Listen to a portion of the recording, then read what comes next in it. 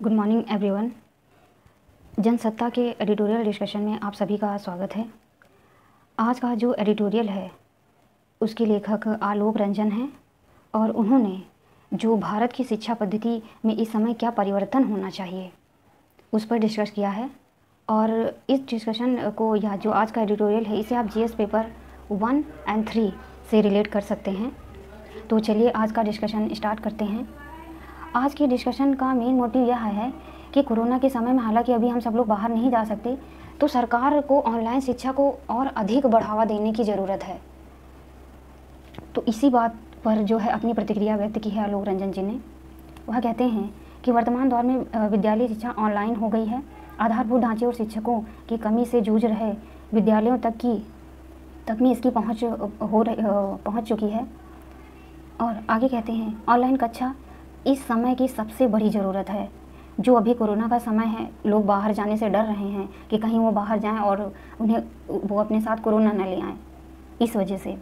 इसके साथ साथ ऑनलाइन कक्षाओं के समर्थक उन पुरानी काट के अध्यापकों को भी कटघरे में खड़ा कर रहे हैं जो नया सीखने में हिचकिचाते हैं।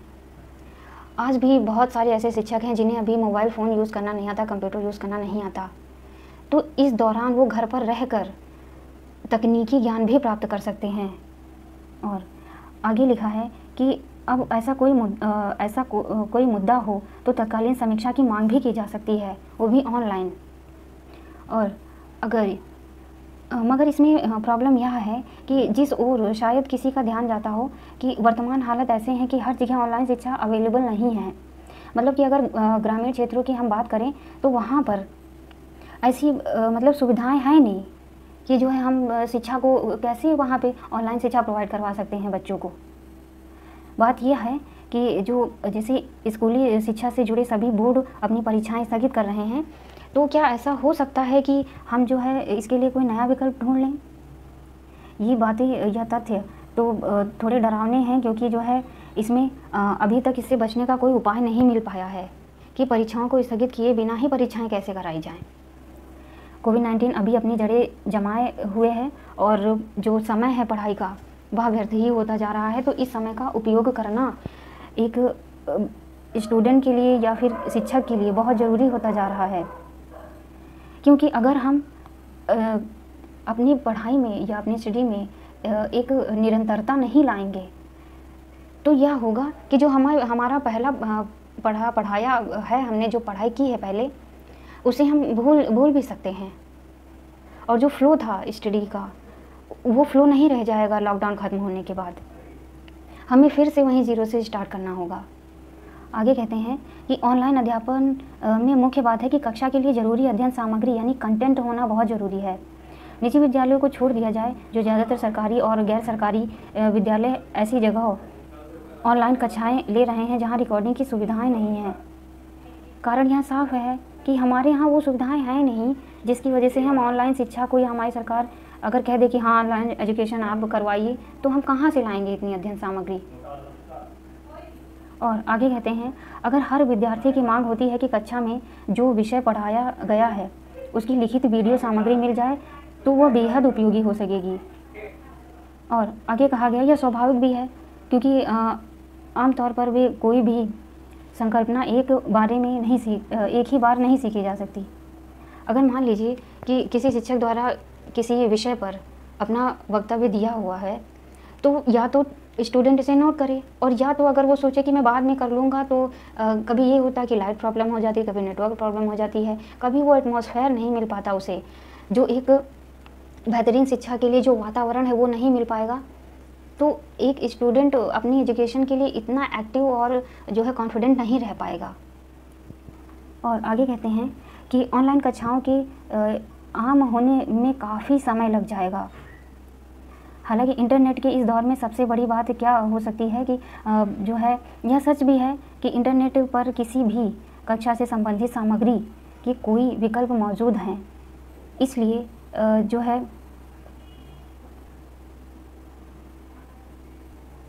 अगर विद्यार्थी उसका उपयोग कर सके तो वे उनसे जो सीखेगा वह शिक्षा के बृहत उद्देश्यों के साथ भाषा शिक्षण के लक्ष्यों को भी भटकाव या दलदल में धकेल देगा।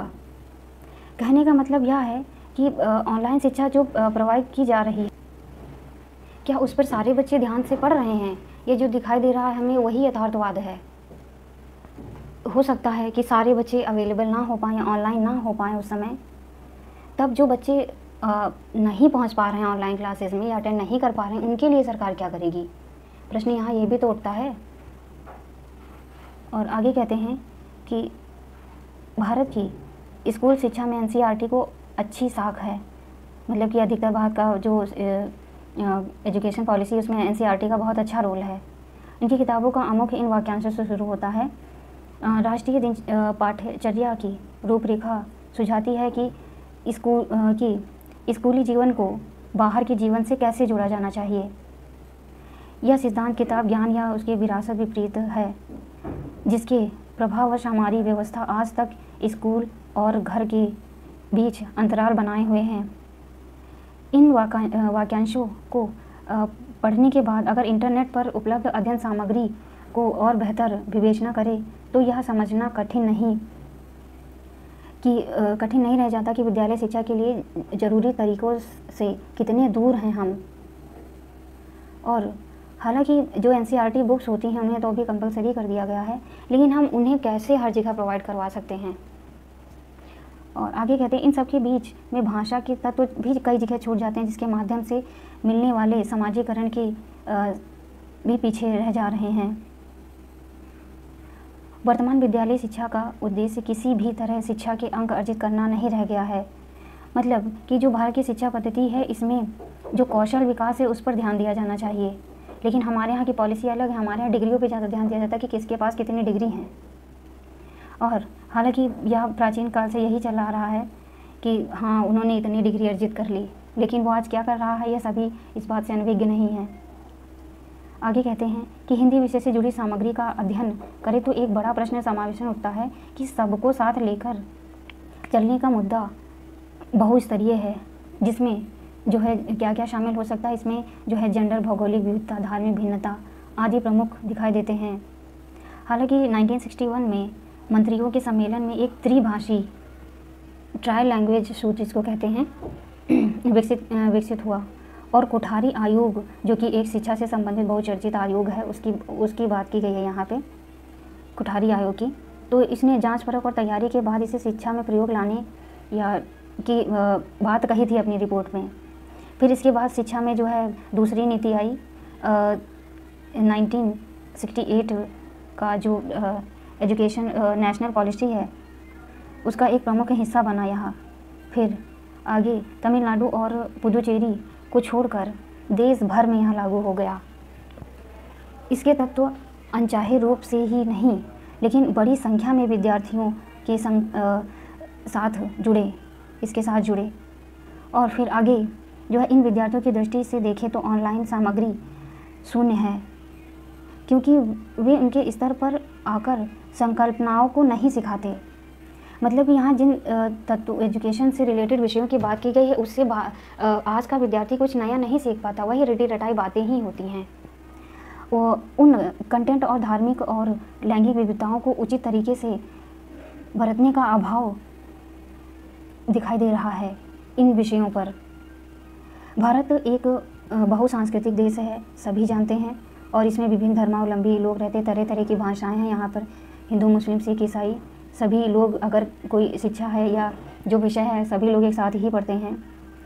तो आगे कहते हैं कि त्रिसूत्री भाषा से इतर भी देखें तो केंद्र सरकार द्वारा संचालित नवोदय और केंद्रीय जो यूनिवर्सिटी हैं या जो विद्यालय हैं कि विद्यार्थी हिंदी का एक विषय के रूप में पढ़ते हैं। और इन विद्यालयों की पहुंच देश के उन इलाकों में भी है जहां अलग अलग धर्मों के विद्यार्थी हिंदी भाषा साहित्य का अध्ययन करते हैं। यहाँ तक कि दक्षिण और पूर्वोत्तर राज्यों में भी है जहाँ की भाषा अलग है, वहाँ भी हिंदी पढ़ाई जाती है। प्रश्न यह नहीं है कि इनके धार्मिक विषयों को पाठ्यक्रमों में क्यों अवसर दिए जाएं, बल्कि अध्ययन सामग्री के जो ऑनलाइन एजुकेशन है उसकी प्रस्तुतिकरण को लेकर यहाँ पर बात हो रही है। उन धार्मिक रचनाओं को समझने के लिए जिन किस्मों और तरीक़ों की ज़रूरत है उसकी सामान्य जानकारी भी अन्य धर्मावलंबी विद्यार्थियों को नहीं है। और आगे कहते हैं कि ऑनलाइन सामग्री जो उपलब्ध हो रही है और बड़ी कमी लैंगिक भिन्नता को सही तरीके से ना निपटने की है। एक तो पाठ्य पुस्तकों में एक तरह की सामग्री की भारी कमी है, और आगे कहते हैं राइटर कि साथ ही इनकी व्याख्या में भी वही पितृसत्तावादी औजार इस्तेमाल किए गए हैं। यहाँ पितृसत्तावादी मतलब कि हम जो है मेंस को ज़्यादा तवज्जो दे रहे हैं, वुमेन्स को कम दे रहे हैं, बल्कि अब नीतियाँ बदलनी होंगी सरकार को भी, तभी हम जो है ये लैंगिक समानता का जो मुद्दा बार बार उठता रहता है इसमें कुछ परिवर्तन ला सकते हैं। और आगे राइटर का कहना है कि विद्यालयों और अध्यापकों को सचेत होकर ऑनलाइन सामग्री की छँटनी करनी होगी, मतलब कि ऐसे विषयों को ही पढ़ाएं जिनसे जो है बच्चा कुछ सीखे। पुराने समय से चली आ रही विषयों को उन पर एक बार विचार करना चाहिए कि हाँ ये क्या ज़रूरी है क्या नहीं ज़रूरी है, तभी हम जो है इस पाठ्यक्रम को कम कर सकते हैं और जो महत्वपूर्ण मुद्दे हैं उन्हीं को ऑनलाइन माध्यम से अपने छात्रों तक पहुंचा सकते हैं। अंत में राइटर का कहना है कि उनकी ज़रूरतों को ध्यान रखना बहुत ज़रूरी है कि विद्यार्थियों को हम कैसी शिक्षा दे रहे हैं। इस लॉकडाउन में भी उन्हें ऐसा ना लगे कि अरे हमने कुछ पढ़ा ही नहीं, बल्कि ऐसे मुद्दों को उठाएं जो इस समय चल रहे हैं देश में, या भारत को क्या करना चाहिए या निवासियों के प्रति क्या कर्तव्य हैं उस पर ध्यान देना चाहिए। इसके साथ ही साथ किसी भी संकल्पना को समझते हुए उस विद्यार्थी की कल्पना करनी होगी जिसे हिंदी का कुछ पता ही नहीं है, मतलब कि हिंदी को साथ लेकर ही हमें अन्य भाषाओं पर भी ध्यान देना चाहिए। और इसके साथ ही अगर पूर्वोत्तर राज्य हो चाहे दक्षिण भारत, उसमें जो विषय हैं और जो भाषाएं हैं उनको भी ध्यान में रख कर ही ऑनलाइन शिक्षा प्रोवाइड करवानी चाहिए सरकार को। तो आज का था ये discussion. Thank you very much.